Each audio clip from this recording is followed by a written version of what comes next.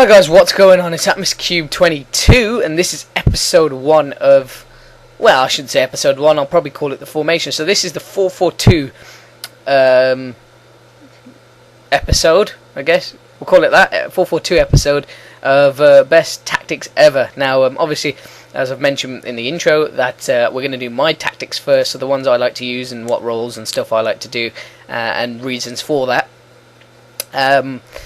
So we're going to get right into it. So I think probably I'm going to name the strongest squad. Now, first of all, this is, obviously you can see it's 4-4-2, and 4-4-2 is, you know, the pretty bog standard formation that people like to use. So I'm just going to fill in the positions that I think are the strongest team, probably not as in form for the series, if you know what I mean, like by that, like as in, obviously you lot are watching the series, so you'll probably judge whether these lot are my best players, judging on their form actually at the moment. But I'm actually judging on as a player in whole. So yeah, so I'm judging them as, you know, generally how good they are. And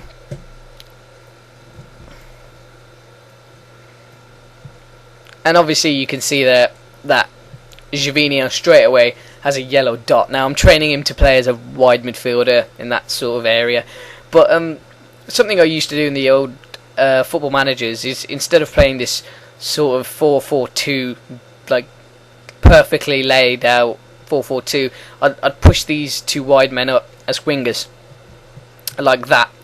But in this, well, this will probably create a 4-2-2-2 formation, but I'm going to stick with the general 4-4-2, because as you can see now, they've added a new thing in this football manager with familiarity, and obviously 4-4-2 was obviously the quickest one that my team has got a hold of. So if I click on that one, then as you can see, the formation is still accomplished, but everything else is perfect on the 4-3-3 formation, or the 4-5-1. They're still struggling to adapt, and that's the one that I play most as well. So that's probably why you can see me struggling a little bit sometimes with the formation. Obviously, Van Persie will play Trecatesta or whatever. I still can't. I don't know how you pronounce that.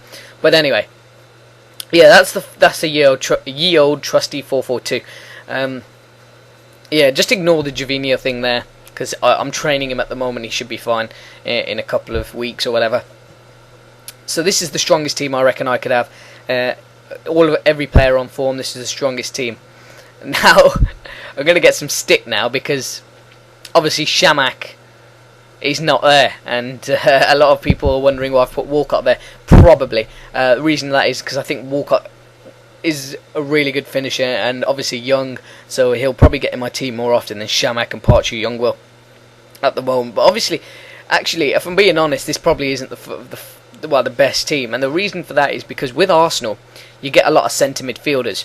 And with centre midfielders, obviously we have a lot, because generally Arsenal play 4-3-3 or 4-5-1, whatever you like. So that's why we have not so many strikers. Well, sort of natural strikers, rather than. That's why we have a lot more centre mids and quite less natural strikers, because Van Gaal also counts Javinho and Walcott and Arshav and other players like that as strikers, although they're not naturally strikers. But yeah, so a team like Arsenal, you want to play something like 4-3-3, but when the time comes, you'd have to play 4-4-2. So let's start with in goal. So in goal, I wouldn't take any risks whatsoever. So we're going to go player instructions, then I'll go team instructions as a whole. So player instructions, you don't really want to take any risks. You want to go goalkeeper, defend. Now, sweeper keeper is for certain goalkeepers, like, for example, I'd just say the Spanish goalkeepers, because they're very good at distributing the ball. For example, De Gea, Victor Valdez, Pepe Reina, they're very good at passing the ball out with throws, with kicks, anything. They're very accurate like that, which is why you'd want a sweeper keeper. A sweeper keeper will deal with a lot more attack. Will try and break up play with counter-attacking moves. He'll come out, he'll be a bit more adventurous, and he'll try and like sort of create chances from his like kicking or whatever, and try and pass the ball out a bit more adventurously. Especially with young goalkeepers like Szczesny, I wouldn't take a chance. I go straight to goalkeeper and defend.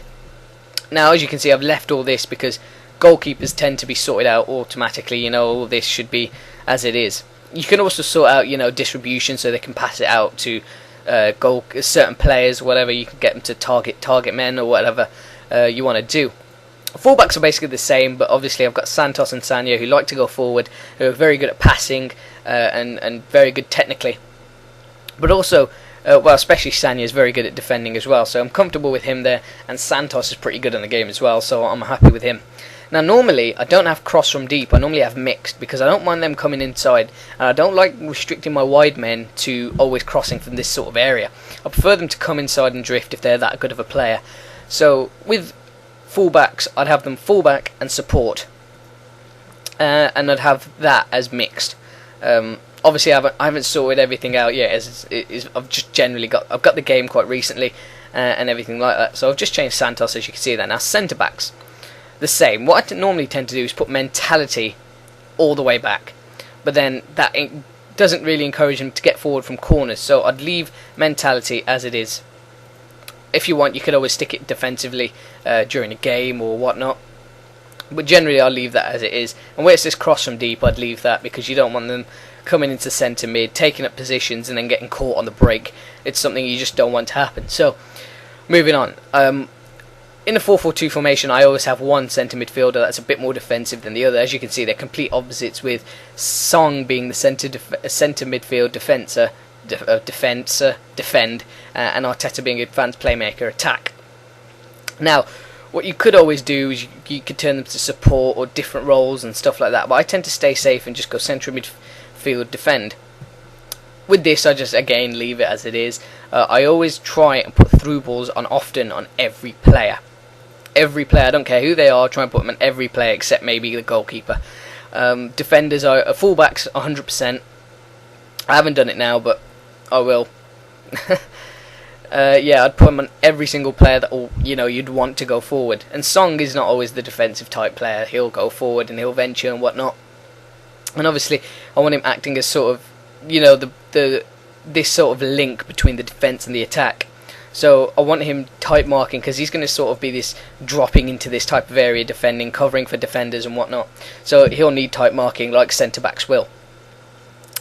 Mikel Arteta, advanced playmaker. I like him because he's not the quickest players, but he can create chances like that. He's absolutely fantastic. You don't want him as any of these because, in this formation you just don't. Obviously, looking at the other roles, the only one that I'd recommend him using him is either central midfielder or deep line playmaker, because he's not got the fastest of pace. So just in case you're playing a bit defensively, a bit conservative, and you want to drop him into this type of area, if you've trained him a little bit, then I would think about giving him deep line playmaker with sort of defence or support duty. Moving on to the wide players, once again, don't want them crossing from the byline all the time, and a cross aim, I would suggest going target man, but at this point in time, the target man's Theo Walcott, and he's a bit of a different target man, so I'll get onto that in a minute. So yeah, Gervinho's going to be quite attacking, so normally I put mentality attacking and stuff like that, but because he's here, wide midfield, and he's a wide midfielder, I'll keep it like that. And I want him to roam from positions as well, because my wide men at Arsenal particularly are very good technically, and as Wenger wants to, he can put them up front as well, so they'll normally have that type of finishing ability and stuff like that. I need to do that, and also obviously through balls all the way. And if you want them to drift inside or whatnot, you could always ask them to drift inside with wide play inside if they're on the opposite wing or whatnot. So these tactics really do help if you do set them correctly. Also, you could always move him to a winger, defensive winger, whatever. But in a 4-4-2 like this, I'd keep it like that. If you want to move these two up here, Gervinho and Arshavin, you could. But the problem is they become more strikers and less focus on defensive duties. Now, obviously, you could say that Gervinho and Arshavin aren't really defensive-minded, wide players, and obviously they're not. But obviously, if you want to, in a 4-4-2 like this, you need a bit more cover, because you don't always have that anchor man right here in a 4-3-3 or a 4-5-1 to do you justice. So you always want to keep that wide midfielder. You don't want to put I wouldn't recommend putting winger, especially on this game. And the reason I say that is because it seems that it's a bit more difficult to get results against the weaker teams. like you know, Norwich and Swansea and stuff, especially if you're away from home. So always be cautious and wary of that. Moving on to Van Persie, obviously Trequartista Testa is his favourite role. It says, well, he's most effective in that role. It's just him, but obviously you can put all these types, and he can't play here. I'm going to tell you right now, he can't play. It's a yellow thing, he can't play there. And plus, it's exactly the same as playing him on these two wide things. So if you're going to play someone you want to, you know, be that link between the strike and the attack, I'd play him here. If you want someone to play make and possibly get a few goals, I'd play him here. Because this player will work defensively as well. So I'd suggest playing someone like Van Persie and Aguero and Tevez, who will link up and track back a little bit, and Wayne Rooney. I'd suggest playing him up top and then just changing his role. And obviously, I want him to be the link, and I want Walcott to be the poacher. I want him sticking on the last man. I don't want wide play moving into channels. I don't want that, because I want Arshavin and Gervinho working up and down. If they were here, I might suggest that they go inside and you know, cut off and roam from positions and whatnot. I want Van Persie to roam from position. Like, I'm not saying he can go out wide and move into channels. I hate it when strikers do that. It's personally something I don't like.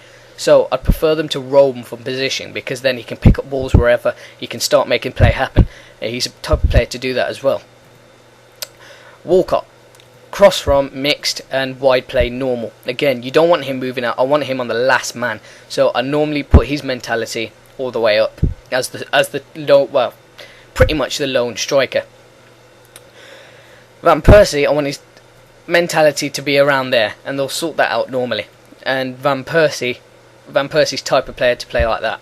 I wouldn't never suggest playing two poachers up front, because then it's harder to get the ball from the midfield to the strikers.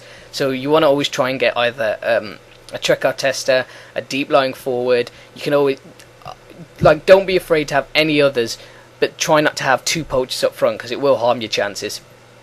And obviously a few of these have support roles and whatnot, and you can always change to that. But that's pretty much what I like from each player and each position.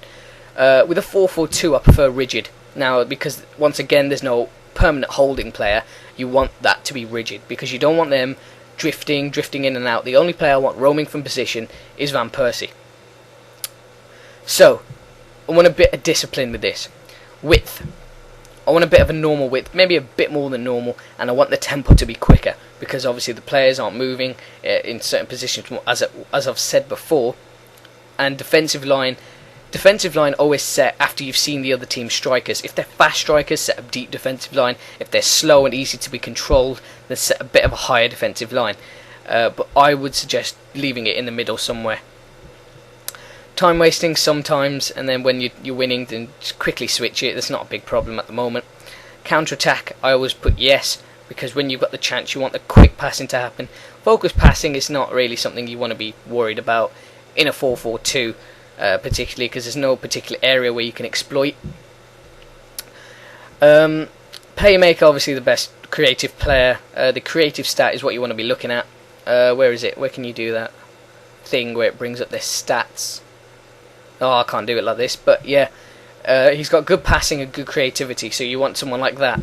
Target man's always the poacher, because you don't want Van Persie, who is Trequartista Testa, so he'll drop deep. You don't want someone out wide crossing the ball in looking for him. So you want the target man to be the poacher. Obviously Walker is not the best target man to be crossing into. So you either want to pass to feet or run onto the ball because of his pace. So you'll have to sort out touchline instructions, you know, pass to feet and whatnot. And keep crosses low. That's another thing. If you go to the wide men...